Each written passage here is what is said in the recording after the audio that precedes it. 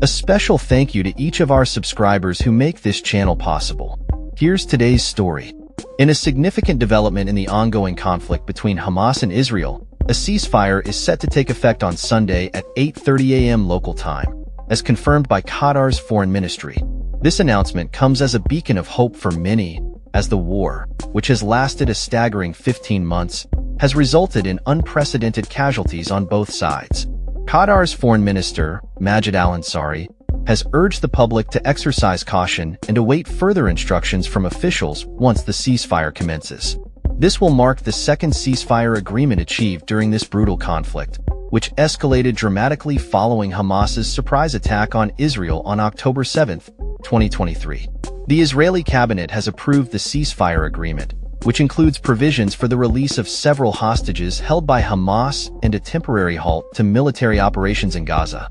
According to the terms of the agreement, 33 hostages are scheduled to be released over the next 6 weeks in exchange for hundreds of Palestinian detainees currently imprisoned by Israel. The remaining hostages will be released in a subsequent phase, which is yet to be negotiated.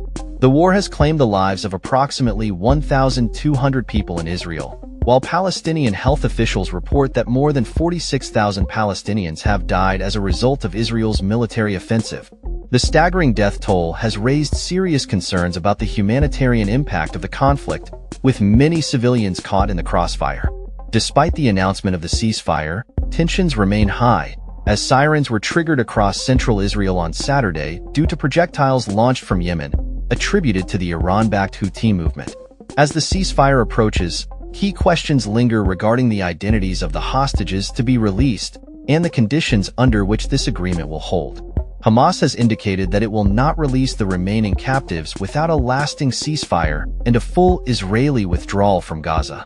The ceasefire agreement stipulates that the first phase will see the release of 3 female hostages on the first day, followed by 4 more on day 7, and the remaining 26 over the following 5 weeks.